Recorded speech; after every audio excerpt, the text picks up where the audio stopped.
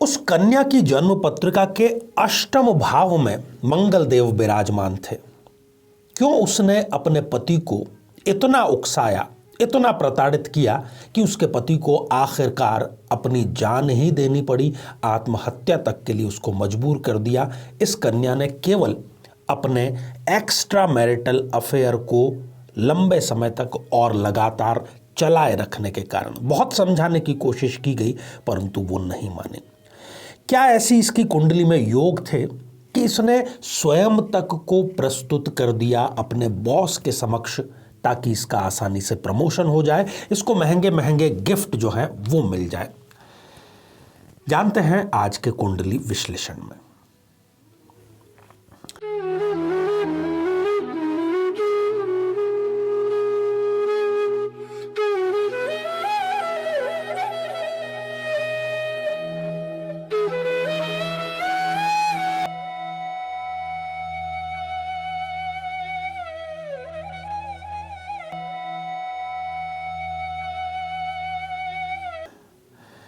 तो मेरे बहुत ही प्रिय और बेहद सम्मानित साथियों, हृदय की असीम गहराइयों से अभिनंदन, बहुत बहुत हार्दिक स्वागत।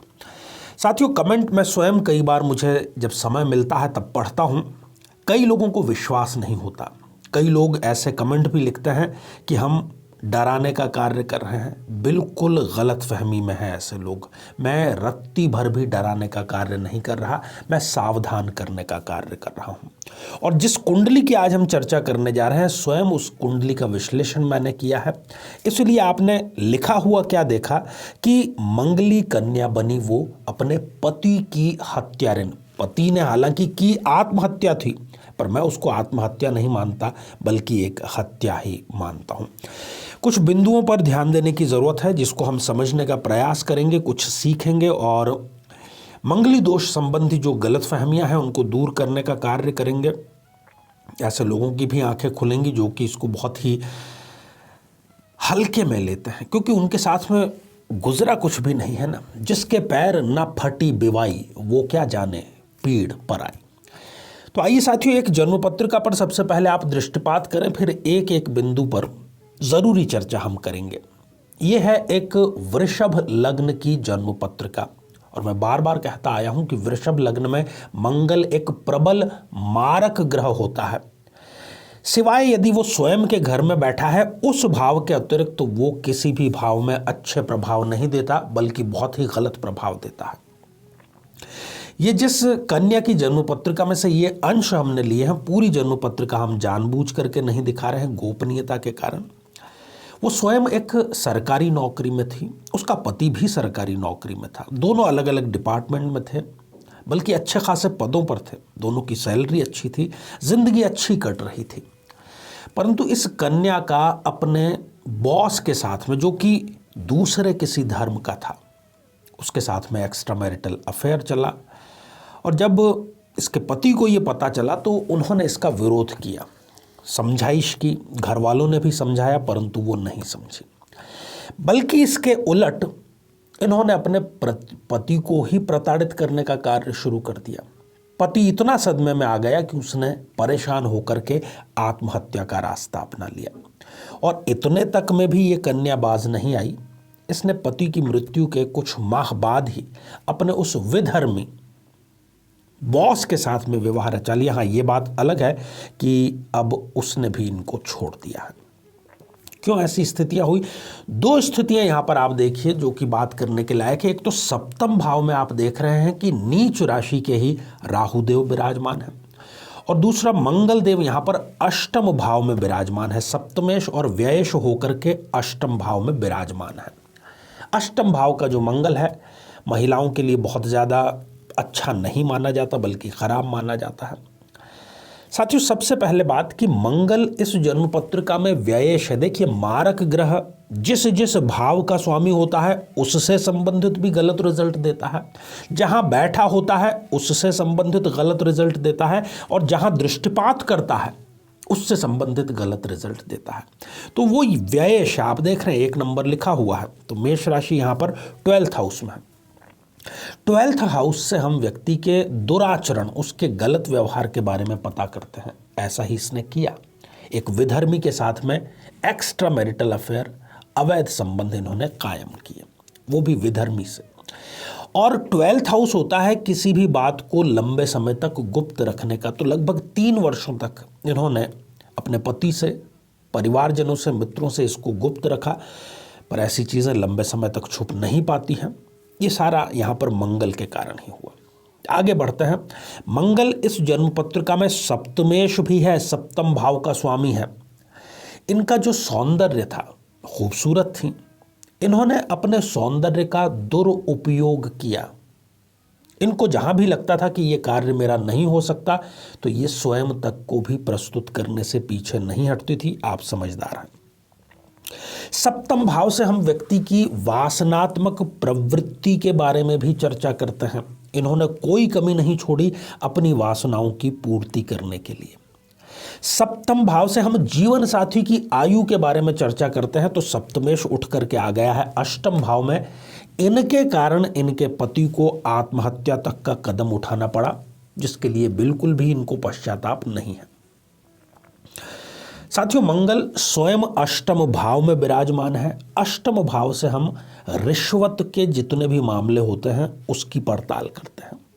इनके जब प्रमोशन की बात आती थी या किसी भी प्रकार के ऑफिशियल फायदे की बात आती थी, तो ये रिश्वत के तौर पर स्वयं को प्रस्तुत करने के लिए भी पीछे नहीं हटती थी। प्रमोशन भी इन्होंने इसी प्रकार से प्राप्त किया। साथियों, यहाँ पर बैठे हुए जो मंगल देव हैं, वो अपनी चौथी दृष्टि से लाभ भाव पर दृष्टिपात कर रहे हैं। और लाभ भाव जो है महिलाओं के लिए आभूषण और महंगे गिफ्ट्स, इसका भी विचार यहाँ से किया जाता है। गलत प्रकार के शौक अपनाने का भी यहीं से विचार किया जाता है। तो इनके बॉस से इनको समय समय पर महंगे आभूषण प्राप्त हो जाएं, महंगे गिफ्ट प्राप्त हो जाएं, कुछ शौक मौज पूरे हो जाएं, उसके लिए भी ये गलत कार्यों का सहारा लेती थी मंगल की दृष्टि के कारण। मंगल ने यहाँ से बैठे हुए अपनी जो 8वीं दृष्टि है वो पराक्रम भाव पर डाली, आप देख रहे हैं। इन्होंने अपने छोटे भाई को, क्योंकि इस तृतीय भाव से हम छोटे भाई बहनों के बारे में भी विचार करते हैं, इनको जो पैतृक संपत्ति मिलने वाली थी वो इनके पिताजी ने वसीयत इनके छोटे भाई के नाम कर दी। इनको ये नागवार गुजरा और इन्होंने अपने छोटे भाई के विरुद्ध ही न्यायालय में केस दर्ज किया हुआ है और ये भी उस संपत्ति को प्राप्त करना चाहती हैं। हालांकि वो अलग मैटर है, कानून का अपना ये कहना है कि लड़कियां भी उतनी ही उत्तराधिकारी हैं पैतृक संपत्ति की। खैर, अपना हमारा आज का विषय वो नहीं है। साथियों, इन सारी परिस्थितियों में सप्तम भाव में बैठे हुए राहु देव ने आग में घी डालने का कार्य कर दिया। प्रथम विवाह में इन्होंने मजबूर कर दिया अपने पति को आत्महत्या के लिए। दूसरा विवाह इन्होंने किया, वो भी विधर्मी व्यक्ति के साथ में, और उसने भी इनको अभी आज की तारीख में छोड़ दिया है। दरअसल इनके जो सास ससुर हैं वो कुंडली लेकर के आए थे कि कब ये उनका पीछा पूरी तरीके से छोड़ेगी। साथियों, इस प्रकार का कोई भी योग यदि किसी कन्या की जन्म पत्रिका में है तो मैं आपसे निवेदन कर रहा हूं कि आप बिना कुंडली मिलाए विवाह न करें, केवल गुण मिलाकर के विवाह न करें, पूरे ग्रह मिलान करें, पूरे भाव मिलान करें, पूरी दृष्टियां मिलान करें। और ऐसी कन्या को चाहिए कि वो विवाह के पूर्व से ही ओम मम दया कराए नमः इस मंत्र का जाप करें। मंगलवार से प्रारंभ करें, एक माला करें या यथाशक्ति भी कर सकते हैं, ताकि इस प्रकार के जो दुष्परिणाम हैं ना स्वयं इनके लिए ना इनके भावी जो जीवन साथी हैं उनके लिए उपस्थित हों। जीवन में किसी समस्या का सामना कर रहे हैं, जैसे कि शादी में देरी होना, पति पत्नी में मनमुटाव या तलाक तक की नौबत आ जाना, संतान का प्राप्त न हो पाना, नौकरी या धन प्राप्ति में बाधा आना, जीवन के प्रत्येक क्षेत्र में किसी न किसी प्रकार की बाधा आना, तो आज ही अपनी जन्म पत्रिका का संपूर्ण विश्लेषण करवाएं और पाएं समस्या से सदैव के लिए मुक्ति। तो आइए साथियों, अब हम बढ़ते हैं आज के हमारे कमेंट के चरण की तरफ। और पहला ही जो कमेंट है ये हमारे नियमित दर्शक हैं अर्चना सिंह जी, और आपने जय श्री कृष्णा लिख भेजा है। तो अर्चना जी, आशीर्वाद हृदय की असीम गहराइयों से। अगला कमेंट सुनीता सारस्वत जी ने लिख भेजा है और आपने हमारे द्वारा पूछे गए प्रश्न का बिल्कुल सही उत्तर दिया है कि लग्न में ये स्थिति होती है तभी ये सारभूत होती है। और अगला कमेंट मिथुन रॉय जी ने लिख भेजा है। आपने लिखा है कि आपने जितनी भी बात कही है मंगली के बारे में वो सब कुछ एकदम स्पष्ट और सही है, बिकॉज मैं भी एक मंगली हूँ। मिथुन जी, हमारा इस कार्यक्रम, इस मंच के माध्यम से यही प्रयास रहता है कि हम सारे योग, इन दोनों चर्चा मंगल के बारे में कर रहे हैं, तो ज्योतिष, उसके योग, प्रयोग, उपायों, इसके बारे में जो गलत फहमियाँ हैं वो दूर करें, शास्त्रीय बात करें, अनुभव सिद्ध बात करें, तर्कपूर्ण बात करें। तो साथियों, आज के लिए केवल इतना ही, और इसी मंगल कामना के साथ में कि आप सभी स्वस्थ, समृद्ध और शांतिपूर्वक जीवन व्यतीत करें। नमस्कार।